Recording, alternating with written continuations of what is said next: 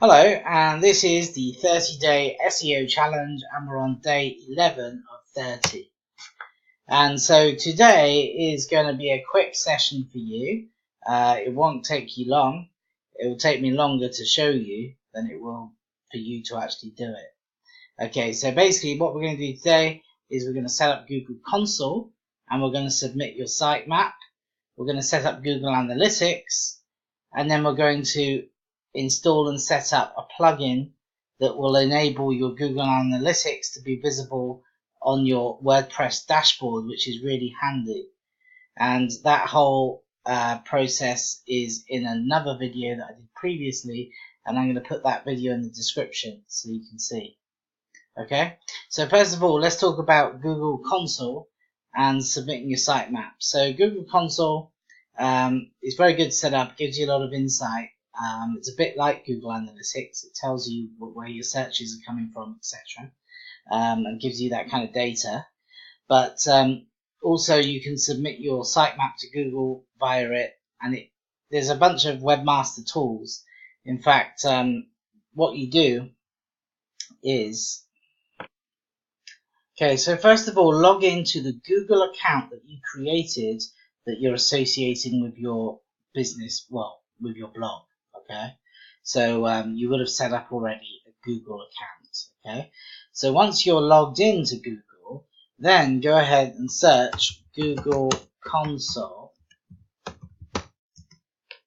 and then what will happen is you'll get the results, and it's this one. It says Webmasters Tools, right? Search Console, okay, and remember I said it's like Webmaster Tools. Well, it is, okay. So click on that one there, okay? And then, you see, I can't actually show you how to set it up as if I'm setting one up that I need, because at the moment, at this present time, all my projects have already got a Google Console account, so I don't need to set one up. But I'll show you how to do it, okay? So once you've logged into Google and you search Google Console and you click through and you get to this page where you have to add a property, okay? So you add a property, and then what you're going to do is you're going to type in your HTTPS or HTTP, depending on what you've got, // and your website. So let me just I don't have a website I need to do, but let me just see if this works. HTTPS. Okay, and we'll go a website.com. Okay. Add. Okay, yeah, good. Right, that's what I wanted to show you. Okay, so once you've done it, right, you're going to be taken to this screen. Now, once you're in this screen, you're going to go to alternative methods. You're in the, see, this screen here is all about verifying that you own your website. Yeah. Okay, so go to alternative methods on that tab. And then what you want to do is we're going to do this the easiest way is via the HTML tag. Okay, so click in that that circle, okay, and then you're going to get a piece of code, okay. So here's the code, and what you're going to do is you're going to click on it so it selects it, and then you're going to copy it, okay. All right, now this part's very important. Okay, so what you do is you log into your WordPress website. So here's just one of my WordPress websites. I'm going to go into it now. And what you do is you're going to go to Appearance, right? Hover your mouse over Appearance in your menu. Okay, and then click on Editor. Okay. So then once you're in Editor, what you need to do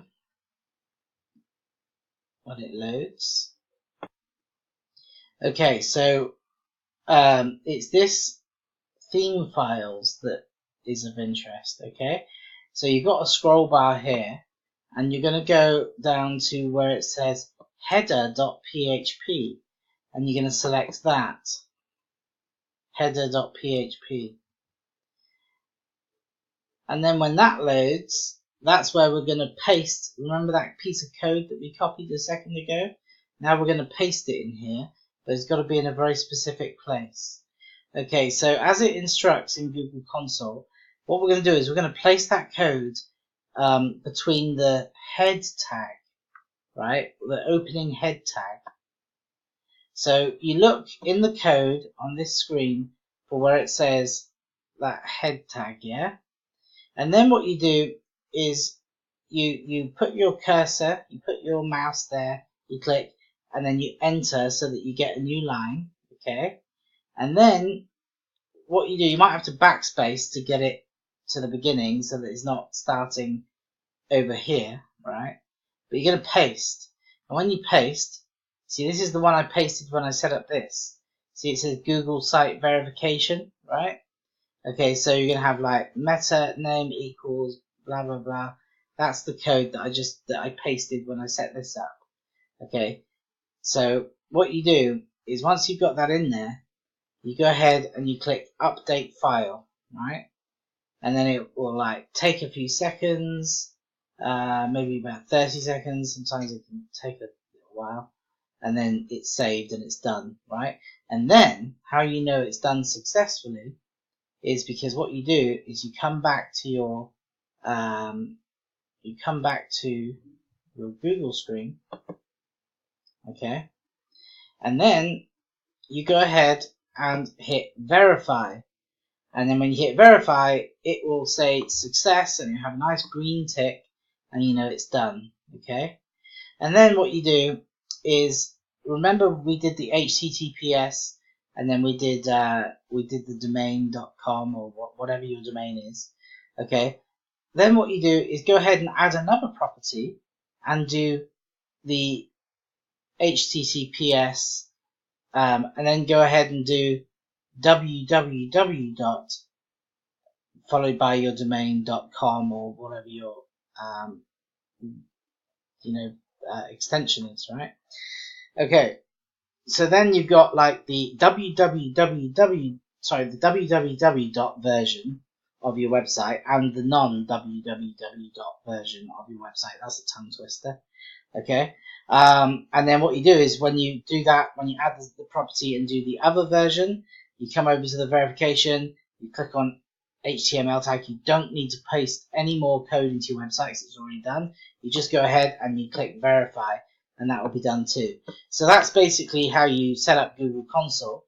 Now there's something else we need to do is once you've done that, because now you've created the pages of your site, you've got a few posts on there, the site is basically, it's got some shape to it now. So you're ready to submit your sitemap. Okay, hang on a second. It's all screwed up because I wasn't actually adding that. Okay, let me just pause. Let me just pause a second. Go to home page. Alright, so I don't even use this Google account at all. All of these websites are obsolete. Okay, I'm going to go ahead and delete this that we just did for the demonstration purpose. Okay, so to submit your sitemap, what you do, let me go into this one. This one's active. That's for a friend. Okay, what you do is when you're in the property, you go to crawl, right? In the menu, you go to crawl, and then you go to sitemaps, okay?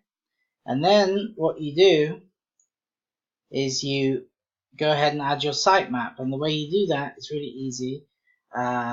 You click on this, add your map, and then your sitemap will always be, especially if it's a WordPress site, you type in here sitemap, let me type it in, sitemap.xml, okay?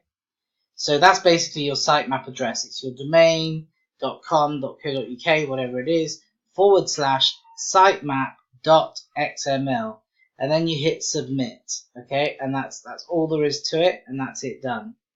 Alright, So Google Analytics, whilst you're logged into this Google account, now what you do is you just go ahead and go back to Google.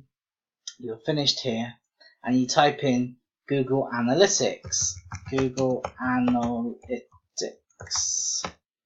Whoops. Okay, and then what you do is you go into Google Analytics and you set it up. And it's so easy, I don't have to show you. You just it asks you for your category, and that's pretty much it. And you've got to tick a few boxes, like those I agree to the terms and conditions and that type of thing. You select your time zone, and that's it. You submit it, and then you're going to get this piece of code. Put that somewhere safe in case you need it. However you keep yourself organized. Okay, yeah, so you go to sign up. I'm not going to do it. But yeah, you'll get a piece of code. Okay, but you're not going to need it really for this project, because what we're going to do is I'm going to put a link in the description of a video that we can set up a plugin that will connect with our Google Analytics. Okay, and then we'll have our Google Analytics in our dashboard, which is really handy because if you're logged into your website a lot and you're doing things in your website or your blog, you don't have to open a new tab and go into your Google account and then go into your Analytics account and look in a whole entire different screen. You can, because you get more data. It's a lot more comprehensive. But if you just want a snapshot glance at what's going on, you can do that right within the dashboard of your WordPress blog. So I'm going to show you how to do that in that video. So be sure to go and watch that video. Alright, and so that's all you got to do today. And I'll see you on the next day.